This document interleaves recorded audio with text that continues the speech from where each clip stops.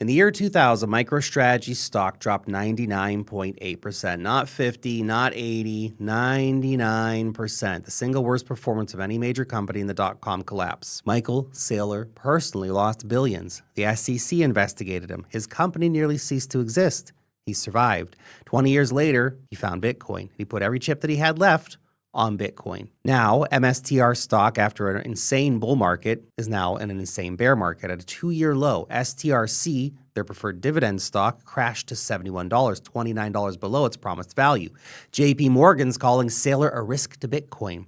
Dividend obligations for STRC exploded from $300 million to $1.2 billion in just 6 months. Cash reserve drops 38%, and for the first time in 4 years, Saylor sold Bitcoin. Yeah, it was only 32 coins, but he sold. Probably largely to satisfy the SEC, but it still happened. Peter Schiff says Saylor's finished. The comment sections, merciless. Oh my, the amount of hate on Saylor right now. But here's the thing about people who've already survived a 99% drawdown. Volatility doesn't scare them the same way it scares everyone else. And I think that the people calling this the end are about to be very wrong. Now, before the bull case, because there's a very strong bull case, the bear case deserves honest treatment because the numbers are genuinely uncomfortable. STRC, Strategy's main preferred dividend stock, promised a value it hasn't delivered. It traded down to $71 against a promised $100. It's bounced since that point, but still, that's a pretty bad sell-off. And that's not a rounding error. That's a broken promise to investors who bought on the yield thesis. Dividend obligations have quadrupled in 6 months from $300 million to $1.2 billion. And when your dividend obligations grow 4 times faster than your revenue base, the coverage math starts getting a bit problematic. And it did. Coverage collapsed from 7 years of runway to 14 months. Strategy just authorized up to $1.25 billion in Bitcoin sales to fund its USD reserve and to cover, of course, the preferred stock dividends. It's not that much Bitcoin in the grand scheme of things, like 2%. But they called this the BTC monetization program, the infinite Bitcoin buying flywheel, the core narrative that built the MSTR premium in the first place. The pause button has been hit. But Saylor is also ensuring the long-term survival of MSTR by buying back debt and opening up the Bitcoin sales. While perhaps painful in the short term, is the right decision long term. The Saylor flywheel will work again as soon as Bitcoin starts going up again. And then, of course, we have the concentration risk that nobody's really talking about loudly enough. Well over 90% of all corporate Bitcoin buying in 2026 is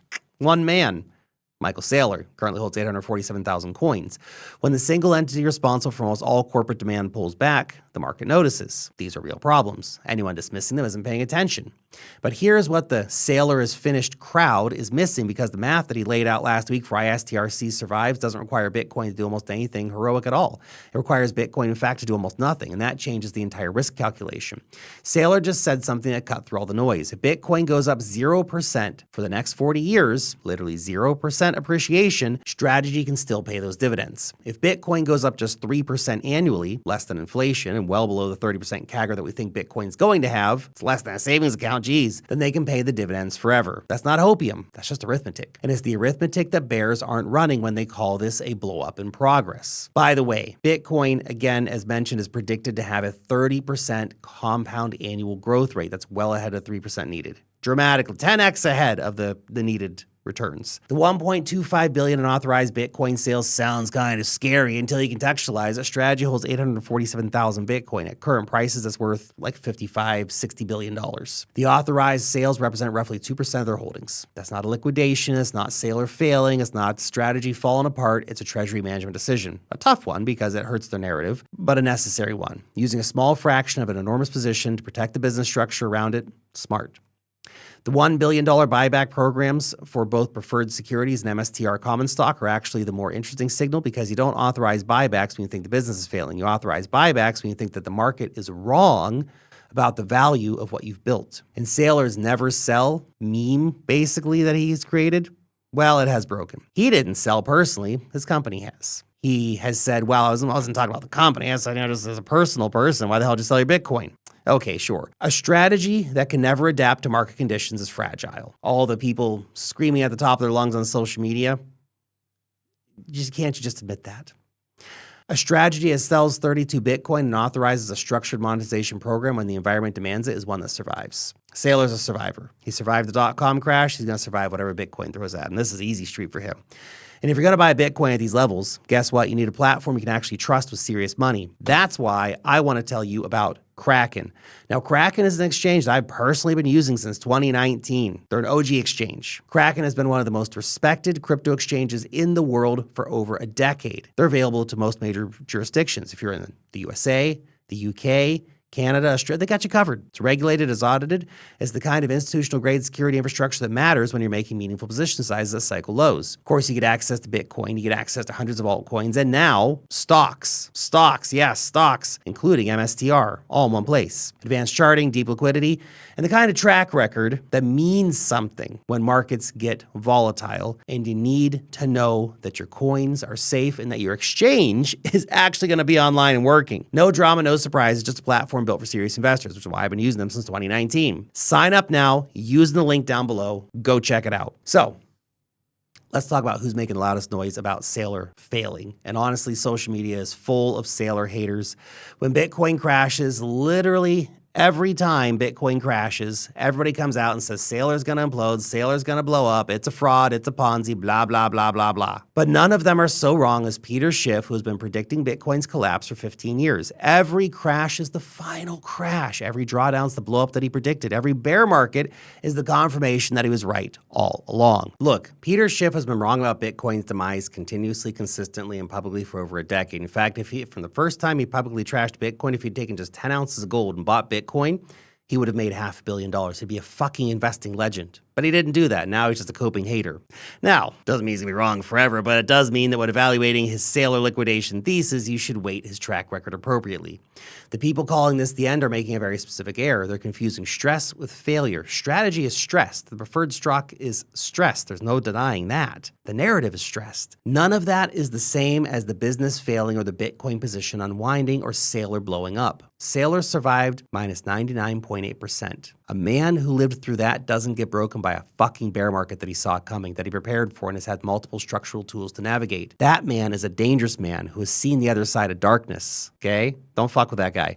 The math is simple. The machine is more durable than the noise suggests. So what changes from here? Well, the Bitwise CIO said something worth taking seriously. Strategy's days as Bitcoin's biggest buyer are probably over. Not because Saylor is finished, but because the ecosystem has matured past needing just one man to carry the institutional demand thesis. Global banks, asset managers, pension funds, sovereign wealth funds, all these MFers are buying, and they're going to slowly start replacing strategy in the next cycle. And ironically, Saylor's entire mission to make Bitcoin the base layer of global wealth will succeed precisely when he's no longer the marginal buyer. Saylor still gets well over 1 million coins. He might even get up to 1.5 million coins in the end. But he wanted the institutions to come. He is the standard bearer, and they're coming, just not through him specifically anymore. MSTR went down to $82, 2-year low. For a company sitting on 847,000 Bitcoin with a structured plan to cover obligations, multiple buyback programs authorized, and a thesis that only requires Bitcoin to appreciate 3% annually to survive, that to me looks less like a failing business and more like maximum pessimism about a business that's more durable than the price suggests. Saylor in 2012 predicted the iPhone would become a luxury status symbol when everybody thought it was just a ridiculous toy. Today, he's predicting Bitcoin becomes the base layer of global wealth. The people who called the iPhone prediction ridiculous, well, they don't talk about it much anymore, do they? Because they got it fucking wrong. Look, everybody out there says, well, I would have bought Amazon at $6. I would have bought Apple when it was whatever dollars. It was obvious. Who wouldn't have done that? Well, it wasn't obvious back then. Back then, it was contrarian. Bitcoin's still a contrarian bet. Because when the things are obvious in retrospect, they were almost never obvious in the moment. They were uncomfortable. They were contested.